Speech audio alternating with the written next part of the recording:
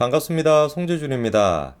요즘 총선을 앞두고 최대 관심사는 다른 게 아니라 한동훈 장관이 총선에 나올 것이냐 안 나올 것이냐 요건 것 같은데요. 원희룡 장관 같은 경우는 생각이 있는 것 같기도 하고, 그리고 많은 사람들이 사실상 출마를 할 것이다 라고 확정적으로 보고 있는 것 같습니다.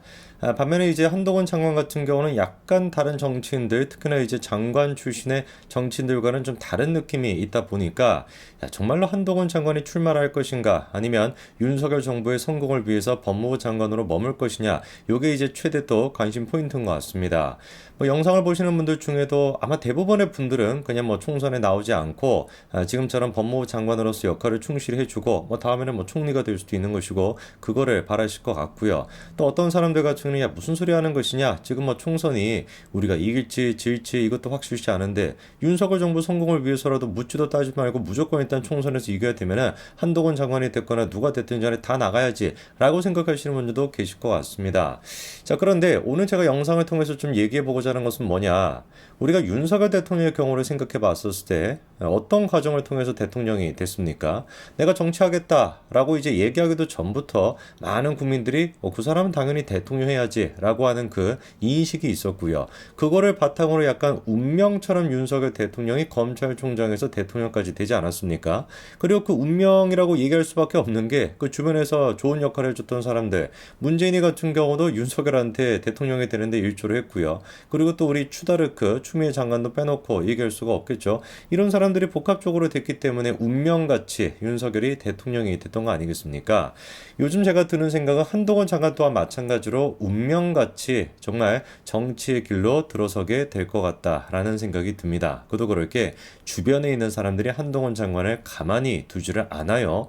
일단 대표적으로 눈에 띄는 사람이 있습니다. 윤관석과 이성만, 이 두 사람을 좀 봐야 되는데, 들어가기 전에 굉장히 설쳐됐습니다.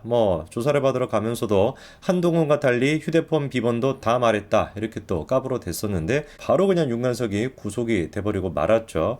물론 이제 이성만 같은 경우는 구속되지 않았습니다. 부사일생으로 살기는 살았고 이성만이가 한동훈 장관한테 저렇게 비꼬듯이 얘기하기도 했죠.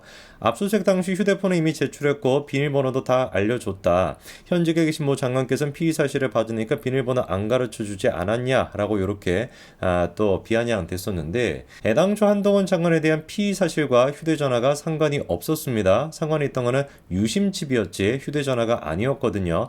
근데 저 이성만이 저렇게 까불어 대니까 언제 또 두고 보자고요. 지 차례가 될지. 그리고 지가 무슨 당당하게 휴대전화 비밀번호 알려줬다라고 얘기하지만 정작 자기는 어떤 상태였습니까? 액정이 깨졌다라고 하는 이유로 휴대폰을 교체했다. 이렇게 그러니까 액정이 깨졌다라고 하는데 그게 정말로 액정이 깨져서 깨진 것인지 증거인멸을 하기 위해서 휴대전화를 바꾼 것인지 뭔지는 모르겠지만 뭐가 됐든지 간에 휴대전화를 교체한 상태 아니었습니까? 교체가 된 상태에서 아무것도 없는데 비밀번호를 알려주던 뭘 알려주던 무슨 상관이 있겠어요? 깨지지 않고 휴대폰도 멀쩡한 상태였는데 비밀번호를 알려준다? 글쎄요, 이성만이 그런 배짱이 있을까요? 제가 보기는 없습니다. 언제 우리가 들어갈지는 지켜보면 될 것 같고요. 그리고 이제 돈봉투 사건 같은 경우는 이성만에 상관없이 민주당이 지금 완전히 자멸의 길로 가고 있습니다. 벌써 19명의 이름까지도 공개가 됐고요. 명예훼손으로 법적 대응을 할 것이다 라고 하는데 누구를 상대로 법적 대응을 하겠다라는지 모르겠어요. 단독 기사를 냈던 조선일보를 상대로 법적 대응을 하겠다라는 것인지, 그게 아니라면은 검찰을 법적 대응을 하겠다라는 것인지, 누구를 상대로 하는지 모르겠습니다. 그리고 한 가지 눈에 띄는 것이 이름이 들어가 있는 사람들의 반응을 좀 보시면은요, 황운하 같은 경우는 심각한 명예훼손이다 이렇게 얘기하고, 김영호는 강력하게 대응해 나가겠다, 백혜련은 법적 대응을 할 것이다, 박영순이는 또 법적 대응을 할 것이다 이렇게 얘기하는데 다 하나같이 어떻습니까? 법적 대응을 했다, 조치를 취했다가 아니라 할 것이다, 할 것이다, 다 이런 식인 거 아니겠습니까? 워낙에 우리가 민주당의 저 잡것들의 이 얘기들을 많이 들어가지고 이쯤 됐으면 보시는 분들도 다 분석이 될 것 같아요. 심각한 명예훼손이다, 법적 대응을 할 것이다, 이거는 그냥 어떻게 보면 되는 거예요? 법적 대응을 안 할 것이다, 이렇게 생각하면 되는 거 아니겠습니까? 민주당 저 인간들이 하는 얘기는 진짜 토시 하나 빠뜨리지 않고 그냥 글자 그대로 거꾸로 생각하면 답인 겁니다. 그래서 한동훈 장관 입장에서 이렇게 돈봉투 사건에 대해 가지고 처리라는 것 자체가 당연히 무슨 정책의 의도를 가지고 하는 게 아닙니다. 그럼에도 불구하고 법무부 장관으로서 당연히 끝내야 되는 일인 것이고, 이거를 끝내는 것 자체가 자연스럽게 운명적으로 어떻게 될 수밖에 없다, 차기 어떤 대권 후보가 됐든지 그게 뭐 총선이 됐든지 뭐가 됐든지 간에 정치인으로서의 입지를 다지는 굉장히 중요한 계기가 될 수밖에 없을 겁니다. 그리고 또 우리가 두 번째로 한동훈 장관한테 호재라고 하기는 조금 그렇고요. 이게 약간 정치적으로 의미가 있을 거다라는 생각이 드는 게 다른 게 아니라 바로 잼버리와 관련된 논란인데요. 이미 뭐 영상을 보시는 분들이 다 아실 겁니다. 잼버리가 얼마나 심각한 상태였는지. 그런데 이 잼버리에 대해 가지고 한동훈 장관이 나서 가지고 검찰 차원에서 조사를 하고 검찰 차원에서 이거에 대한 진상 규명을 해야 된다라고 하는 목소리가 벌써부터 나오고 있습니다. 그도 그럴 것이 예산만 얼마였습니까? 놀랍게도 1171억이었는데 그 중에서 운영비로만 740억을 썼다는 거예요. 시설비로만 들어갔던 게 430억이라고 합니다. 거기에다가 야영장 시설 조성에는 129억이 투입이 됐다라고 하는데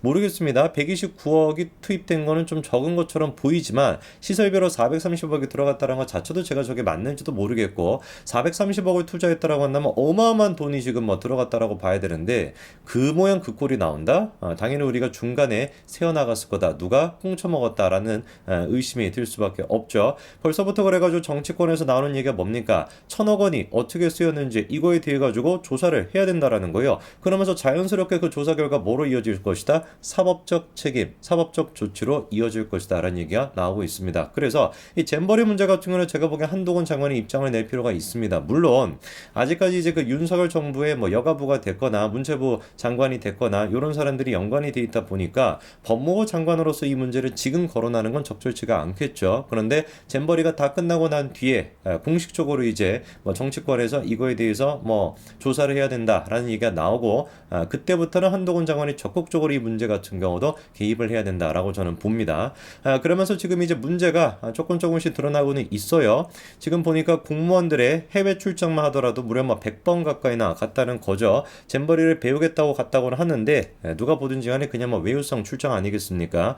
구체적으로 보니까 보고서에만 잼버리라고 하는 말이 들어가 있는 경우만 따져보더라도 전북도에서 가장 많이 해외 출장을 갔습니다. 55건이나 갔고요. 그리고 부안군이 그 다음이었습니다. 25건이었는데 부안군이 바로 이번에 그 새만금과 관련된 그 새만금 그거를 이제 그 유치를 한 곳이 이제 그 부안군이죠, 그렇죠? 그래가지고 부안군과 전북도가 거의 한 80건 되니까 80% 정도를 차지하고 있다라고 봐야 되겠고, 그럼 가가지고 도대체 뭘 했는지를 보니까요, 뭐 되게 뭐 이유는 다양합니다. 유치 결정이 나기 전에 같은 경우는 유치를 하겠다, 그거를 어떻게 해야지 유치할 수 있는지 그거를 배우겠다고 출장을 가고요. 유치 결정이 되고 난 뒤에는 어떻게 해야지 성공적으로 개최할 수 있을지 그거를 또 공부하겠다고 해외 출장을 갔습니다. 겉으로만 봤을 때 맞는 얘기죠. 유치하기 위해서 뭐 가는 것이고 뭐 성공적으로 개최하기 위해서 가는 거 그거는 맞는데 보고서의 그 내막을 보니까 사실상 뭐다? 그냥 해외 출장이 아니라 해외 여행에 가까웠다라는 것이죠. 예를 들어가지고 목적에 다음같이 적혀 있습니다. 세계 잼버리 성공 개최 키맨 면담 이렇게 이제 적혀 있는데요.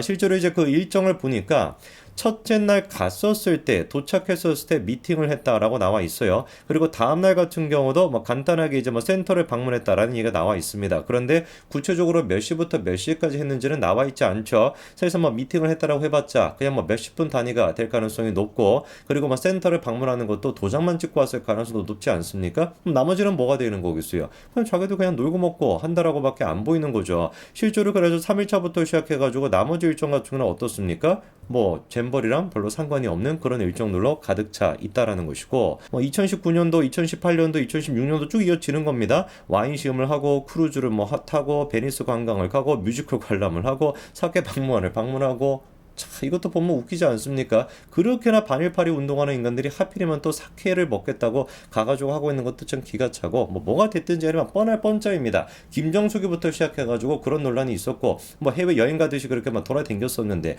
영부인이 그랬었는데 하물며 밑에 있는 인간들은 뭐가 다르겠습니까? 저는 그래서 한동훈 장관이 이 문제에 대해 가지고 잼버리가 다 끝나고 난 뒤에 정확하게 문제제기를 하고 검찰 차원에서 진짜 이 예산이 어떻게 쓰였는지 낱낱이 분석을 해가지고 반드시 책임을 물어야 된다고 봅니다. 그러면 운명적으로 정말 운명적으로 한동훈 장관이 자기 의지와는 상관없이 어떤 위치에 도달해 있을 거다라고 봅니다.